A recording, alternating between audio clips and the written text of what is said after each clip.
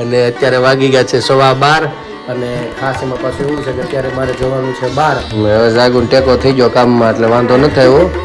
સવારમાં આવી મામા મૂકી જાય ને મામા ત્યાં મોટ ન કર્યું હોય. હા કેમ મૂકી દીધી તને? મૂકવાનું બીજું કારણ તો એ છે હારવાર કાલે હું ને આજથી બે જાય છે ગામડે. નમસ્કાર મિત્રો, જય શ્રી કૃષ્ણ, જય માતાજી, હર હર મહાદેવ. કેમ છો બધા? સ્વાગત છે તમારું અમારા યુટ્યુબ ચેનલની અંદર. આજે વાર છે ગુરુવાર અને આજે છે વૈશાખ મહિનાની ત્રીજ અને આજે છે આંતરરાષ્ટ્રીય પરિવાર દિવસ. એટલે બધાને શુભકામના. પરિવાર સાથે એકમેક અને અનેકમાં એકતા રાખીને બધા આનંદ કરવો એવો ભાવ સાથે આજના શુભ દિવસની આપણે શરૂઆત કરી. આમ તો શરૂઆત બહુ મોડી છે મારે, પણ એના કારણ ઘણા કારણો હતા. સવારમાં થોડું કામ હતું એટલે બહાર હતો અને જાગુને કંઈ સમય નહોતો અને પાછા અમારા ખુશીબેન આવી ગયા એટલે એના મામાની મૂકવા આવ્યા હતા એટલે કાંઈ મોકો મળ્યો નહીં. અને તમને પણ પહેલાં આજે ભગવાનના દર્શનની શરૂઆત કરાવું. આજના ભગવાનના દર્શન જો અત્યારે ભગવાનના દર્શન બહાર થઈ ગયા ને ભગવાનને જો થાળ અર્પણ કર્યો છે તમારા આસ્તુબેનને ધીરજ કા બેન? હે ને ભગવાનને જમાડ્યા? હે હા, જો ભગવાનને જમાડી દીધા છે અને અત્યારે વાગી ગયા છે 12:15 અને ખાસ એમાં પાછું એવું છે કે અત્યારે મારે જવાનું છે બહાર કારણ કે આજે એક મુહૂર્ત પાછું બપોરનું છે એટલે કંઈક સંતો આવવાના છે એટલે બપોરનું રાખ્યું છે ખાત મુહૂર્ત. એટલે અત્યારે થઈ જવાનું છે પાસોદરા અને 1 વાગ્યાનો ત્યાં સમય છે એટલે ત્યાં પૂજા વિધિ બધું કરાવવાનું છે. 3 વાગ્યા સુધી ત્યાં છું અને હું અહીંથી હવે જસ્ટ નીકળું છું અને ત્યાં બધાને પછી મળશું. ગામના જ છે અમારા એટલે એ રીતનું બધું છે. અને જો જાગુ અત્યારે આ બધું રોટલી બનાવે છે. હા, જય શ્રી કૃષ્ણ. હા જમવા ચાલુ સીધા શાક રોટલી. શેનું શાક છે? દાળ ભાત નથી આમ તો કેવું છે? હવે જાગુન ટેકો થઈ ગયો કામમાં એટલે વાંધો ન થયો.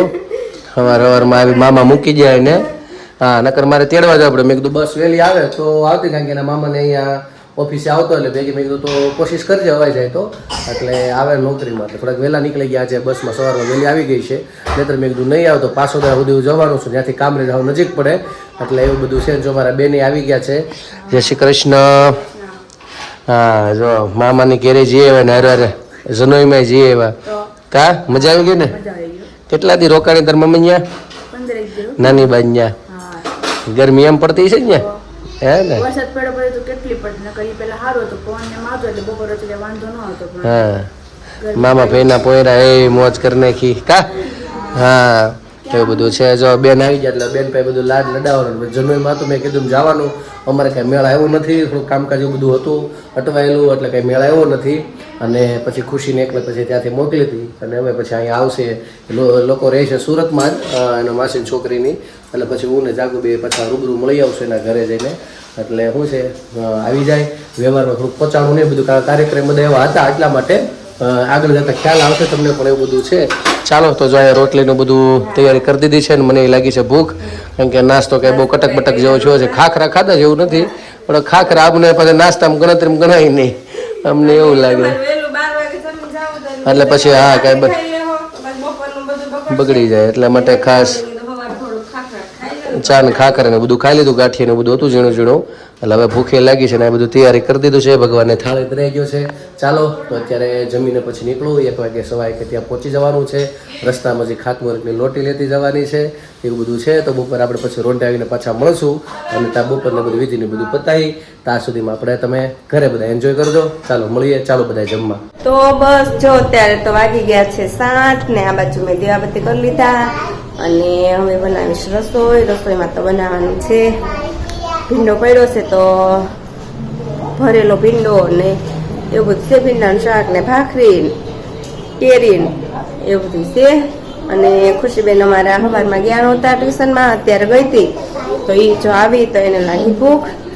ધવલભાઈ લઈ આવ્યા હતા એના માટે ભૂંગળા બટેટા તો અત્યારે જોઈ બે નાસ્તો કરે છે.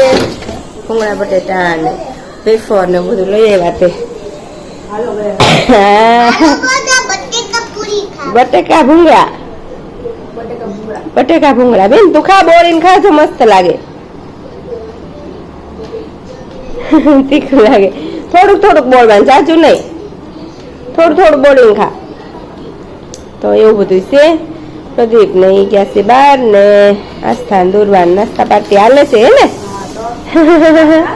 ખાઈ જરીક વાંધો ને ઈ ઘર લાલ કલર નાખ્યો છે બેન આ શું બધું ખાય આ શું તીખું નથી લાલ કલર નાખ્યો છે એટલે લાલ છે આટલું બધું તીખું નથી એવું તું ખાસ તીખું તીખું ભૂંગળું ખાય છે કોરું ભૂંગળું ખાવા ને હા એવું બધું છે એને હાલે છે કાર્ટૂન જોતા જોતા ખાવાનું હાલે એવું છે નાસ્તો કરી લે પછી દૂધ લઈ આવ દેજે હા તો બસ હાલો એ બેનો નાસ્તો કરી લે માંડ રાખી ઘડીક થાય ત્યાં નીચે હાલ હે ને ભરેલા ભીંડાનો ભાખરી ભરેલો ભીંડો તો એવું બધું છે ટીવી જોયું 3 વાગે ખુશી ગઈ પછી કે હવે હું એકલી કોને યારે રમું હું કરું તો ચા તો માંડ વગાડ્યા ચા બનાવીને ચા દૂધ પાયા ને એવું બધું કર્યું પછી 5 વાગ્યાની કે નીચે હાલ મારા રમવા કેટલો તડકો ગરમી તોય ગઈ ત્યાં પ્રદીપ આવ્યા પાછી ઉપર આવી ચા પાણી એના માટે બનાવવા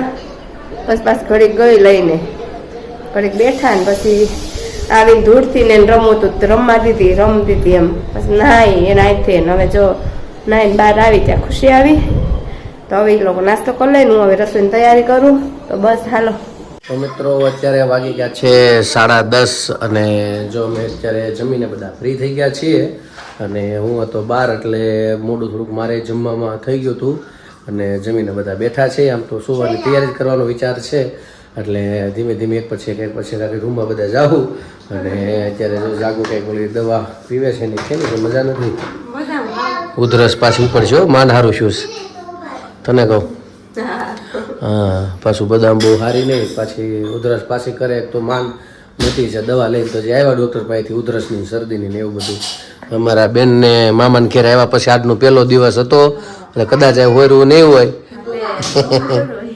મામાની ઘેરે રહે એટલે ઘડીક થોડાક દે ઓલું લાગે ને નાની માન ઘેરે રહે એટલે થોડાક દે ઓલી હોરવે નહીં ને એમ હોરવે એ છે તો શું છે મામાને મોજ કરી હોય ને મામાને મોજ ન કરી હોય હા કેમ મૂકી દીધી તને હું કામ મૂકી દીધી એવું છે કે એમાં શું છે તને હું કામ મૂકી દીધી એટલે અમારા બેને જો અત્યારે પાછું મહેંદી મૂકી દીધી છે મૂકવાનું બીજું કારણ તો એ છે હારે કાલે હું ને આસ્થું બે જાય છીએ ગામડે ફાઇનલ છે ને બેન તારે હે કાલે આ કપડાં ભરાઈ ગયા તારે તો ક્યારે ભરવા છે સવારે શું છે અત્યારે ભલે ને થોડા હે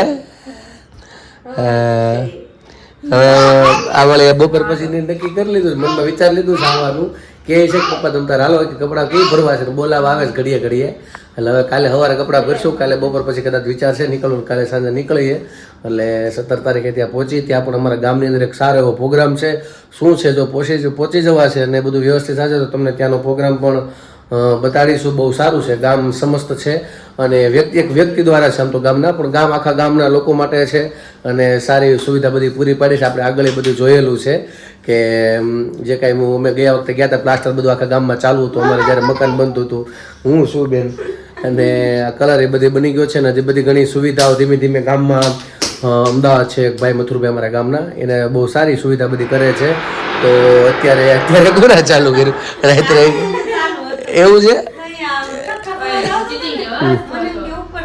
11 વાગ્યા પણ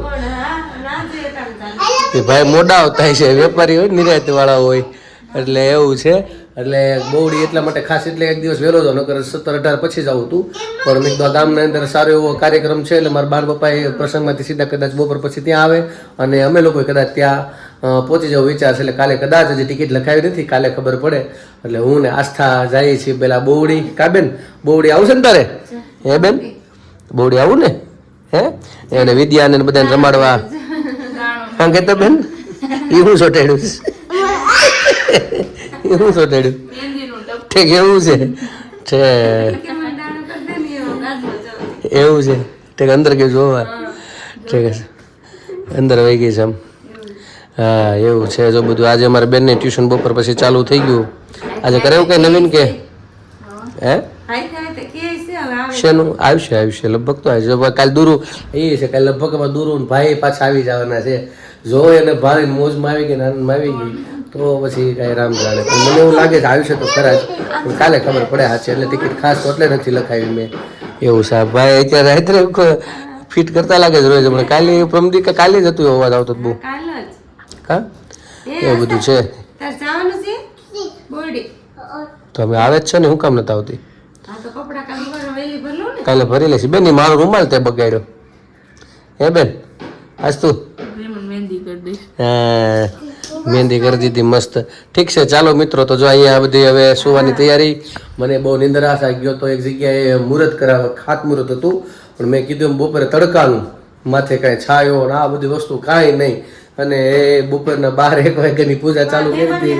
હે સંતો આવ્યા હતા, એ પણ છેલ્લે આવ્યા હતા. પણ પૂજા પૂરી થાય ને આરતી ટાઈમે આવ્યા. પણ હવે એ તડકો ભાઈ માથે ધોમ ધોકાર જેવો ખરા તડકાનું માથે. પણ એને આ સંતો આવવાના હતા એટલે એણે મોડું રાખ્યું, સવારમાં ન રાખ્યું એમ કે બપોર પછી રાખીએ એટલે કે આવી શકે એમ. એટલે પછી મોડું રાખ્યું. એટલે અમે અહીંયા ગયા બધું પહેલાં વ્યવસ્થા પહેલાં તો સરખું બધું કરવું પડે એમ હતું. એ કરાવ્યું પછી એણે બધું હારવાનું હતું, પાણીની લઈ આવ્યા.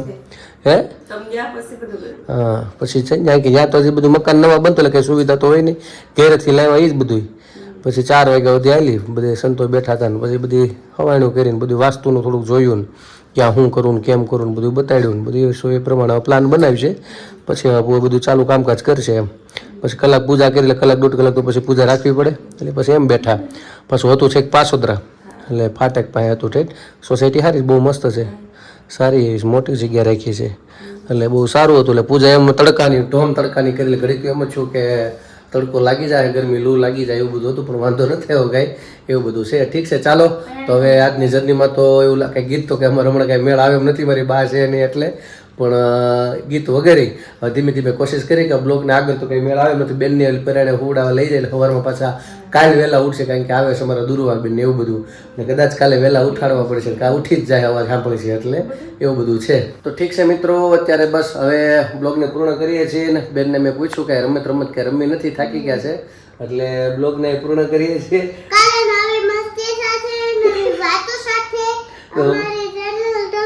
લાઈક કરજો, શેર કરજો, સબસ્ક્રાઇબ કરજો અને કોમેન્ટમાં તમારો જવાબ આપજો, પ્રેમ આપજો.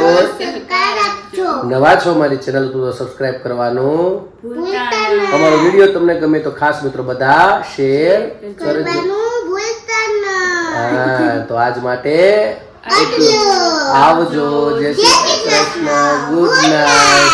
સનાતન ધર્મની ભારત માતા કી હર હર જય ભવાની. ભારત માતા કી